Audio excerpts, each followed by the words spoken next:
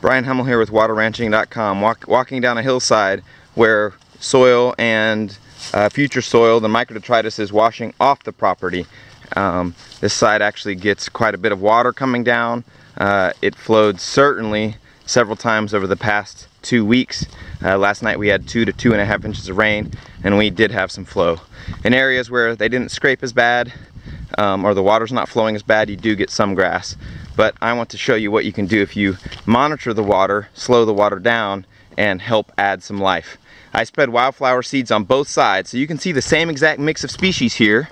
That's 1 foot tall. I've got my American basket flower, also about 1 foot tall. A bunch of the Indian blankets, 8 inches tall. Let's go to the other side now. This is the side where I'm managing the water.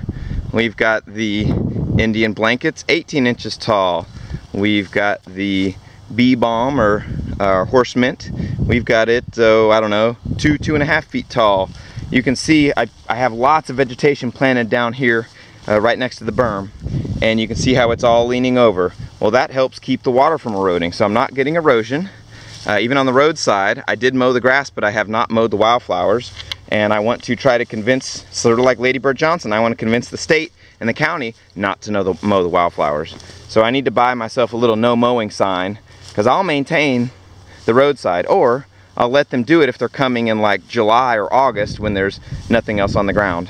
Or I'm sorry, all the plants are dead and all the seeds have already dropped off. Mowing is not bad. I like mowing. I would much rather see mowing than prescribed burning. But here, we're just walking down the wildflower berm. All of this is slowing the water down. I mean, it's still flowing here, but I'm putting in these little check dams which slow the flow, so it slows, spreads, and sinks down into the landscape. And as soon as you do that, the difference is amazing. From side A to side B, it is just, it's really tremendously different. I mean, these American basket flower, covered in insects, covered in pollinators, they are at eye level. Here's my eye level. The camera's right at eye level. These things are at eye level. They're certainly almost all above my belly button. And here's some. I'll stand right next to it, and it is almost up to, I mean, it's up to my chest. As we go down, I changed the format a little bit. This berm isn't as big, and it's mainly just mulch laid on top of some big logs. So I laid down the big logs, so in case I did have a gully washer, the whole berm wouldn't wash away. And you can see that there's quite a bit of plants growing just on the downhill side. Some of these plants, my obedient plant is actually pushing up through the mulch. I still have some Austrian winter peas that I planted last fall as a cover crop. Oh, look, and they're peeing on me. Excellent. I'm gonna see how that tastes in a minute. So yeah, it just keeps on going down the line, and over time this is going to get better and better and better, because as more grass grows, it's going to help increase the permeability of the soil, and as the permeability of the soil increases, that's going to help me recharge more water into my local groundwater system, eventually the regional groundwater system.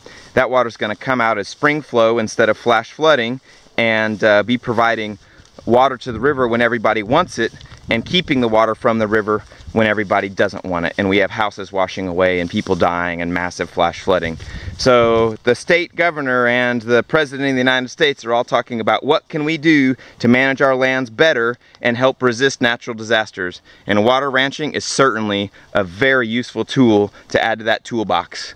And they're also talking about pollinators, helping pollinators. Well, what do you think this thing does? I stop the water and I irrigate plants with it. I turn a bunch of, barren land into gravity irrigated, depositional alluvial pastures. They get better with time. It sets up a positive feedback loop where year after year this gets better and better. Most people's land management skills, and especially poor grazing habits, sets up a negative feedback loop where the land gets worse and worse and worse over time, and actually leads to desertification.